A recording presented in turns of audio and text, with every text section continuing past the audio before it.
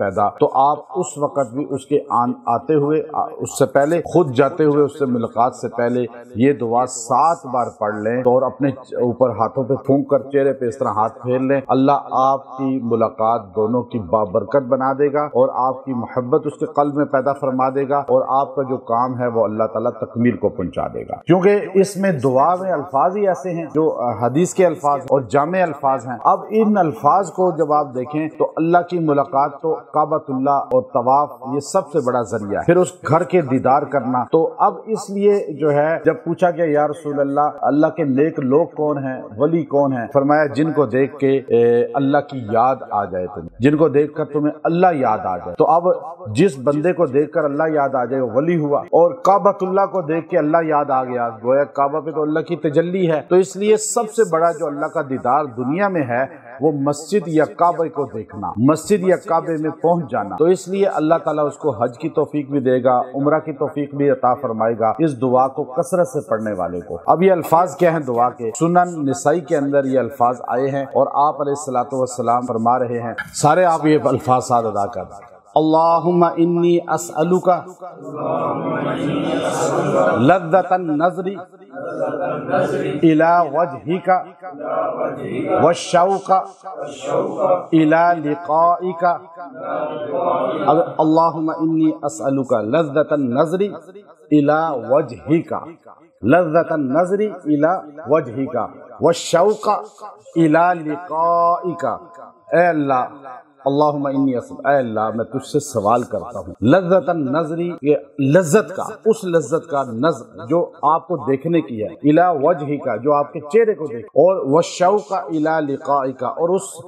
تیری ملاقات کی شوق کا، مجھے ذوق ہے، شوق ہے اللہ کی ملاقات کا۔ یہ دعا پڑھنے والے کو اللہ رب العزت جو ہے اپنی ملاقات اور اپنے دیدار کا جو ہے لذت بھی عطا فرماتے ہیں۔ اب یہ لذت جو ہے آخرت میں تو اللہ کی ملاقات ہوگی، دنیا میں نہیں ہو سکتی۔ دنیا کی اس زندگی میں صرف ہمارے نبی صلی اللہ علیہ وسلم کو اللہ کا دیدار ہوا عرش مالا پر، اور امام احمد بن حنبل رحمۃ اللہ علیہ نے 3 بار قسم کھا کے فرمایا کہ انہی آنکھوں سے ہمارے نبی نے اللہ کو دیکھا ہے، باقی اور کوئی نہیں دیکھ سکتا اللہ کو۔ سورہ شورى کی جو آیت آخری ہے اس کا تعلق عموم کے ساتھ ہے کہ اللہ کو کوئی دنیا میں نہیں دیکھ سکتا اس جسم کے ساتھ، لیکن جو انسان اس دعا کو پڑھے گا اللہ اسے وہاں دیدار دے گا۔ دیدار کیسا ہوگا؟ امام غزالی رحمۃ اللہ علیہ نے احیاء العلوم کے اندر لکھا کہ جب انسان جنت میں داخل ہوگا، پہلا جیسے آپ کسی عالیشان بلڈنگ میں، عمارت میں یا مال میں داخل ہوتے ہیں تو یوں دیکھتے ہی آپ ایک دم دھنگ رہ جاتے ہیں پہلی بار، یا کوئی دیہاتی بندہ خاص طور پہ آ جائے شہر میں کسی عالیشان بلڈنگ کو دیکھے تو اب برج خلیفہ میں چلا جائے گا یا کلاک ٹاور میں مکہ چلا جائے گا، دیکھ کے یوں ہی ایک دم پہلے یوں دیکھتا رہے گا۔ ایسے ہوتا ہے یا نہیں ہوتا؟ جنت میں جائے گا، جنت کی کیا خوبصورتی ہوگی۔ اب جب بندہ وہاں داخل ہوگا تو پہلا ایک دم اس کو اللہ کا دیدار ہو جائے گا، اور اللہ کا دیدار ہوگا تو امام غزالی فرماتے ہیں اللہ کو یوں دیکھے گا اور دیکھتے دیکھتے 10 لاکھ سال گزر جائیں گے، انسان کو پتہ ہی نہیں چلے گا 10 لاکھ سال گزر گئے، کیونکہ اللہ کا حسن، اللہ کی ذات، وہ ذات جس کا سن سن کے انسان نے جانے دی، اپنی انگاروں میں لیٹ گئے، کڑاہوں میں ابلتے ہوئے میں جل گئے، گردنیں کٹوا دی، وہ اللہ کتنا حسین، کتنا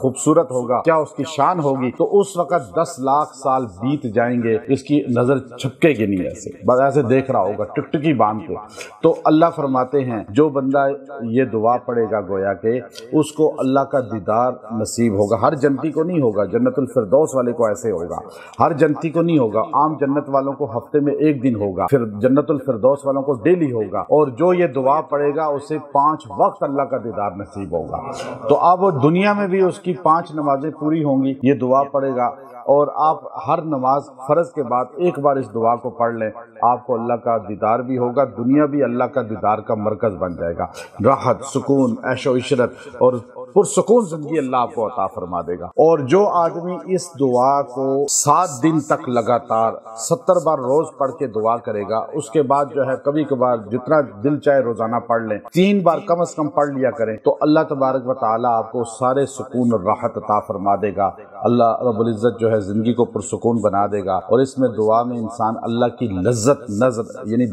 دیکھنے میں مزہ آئے، لذت کا لفظ یہ ہے، لذت، چونکہ ذائقۃ الموت جو کہا نا، کل نفس لحسن ذائقہ اس کو کہتے ہیں جس کی لذت زبان سے پتہ چلتی ہے. یہ نہیں ہے کہ بندہ کھا رہا ہے اس کا ذائقے کا ہی نہ پتہ چلے تو بندے کو مزہ ہی نہیں آتا. تو فرمایا اللہم انی اسألک لذۃ النظر الی وجہک، اے اللہ مجھے وہ لذت دے دے کہ تجھے دیکھنے میں مجھے مزہ آئے، اور والشوق الی لقائک، اور تجھے ملاقات کر کے میرا شوق اور بڑھ جائے. یہ نہیں ہے کہ اللہ کو لوگ آتے ہیں ملاقات کرتے ہیں، ایسے نہیں ہوتا کہ انسان جو ہے نماز پڑھ رہا ہے بے توجہی سے اور نماز میں قرآن میں اللہ کی لذت نہیں آ رہی بندے کو. جو یہ پڑھے گا اللہ اسے نماز اور قرآن میں بھی لذت دے گا. اور یاد رکھیں جس کو نماز اور قرآن میں لذت آ گئی اس کو اللہ کا دیدار بھی نصیب ہو جائے گا اور اس کی دنیا کی زندگی بھی لذت والی بن جائے گی. آج ہماری زندگی لذت والی کیوں نہیں ہے؟ وآخر دعوانا الحمدللہ رب العالمین.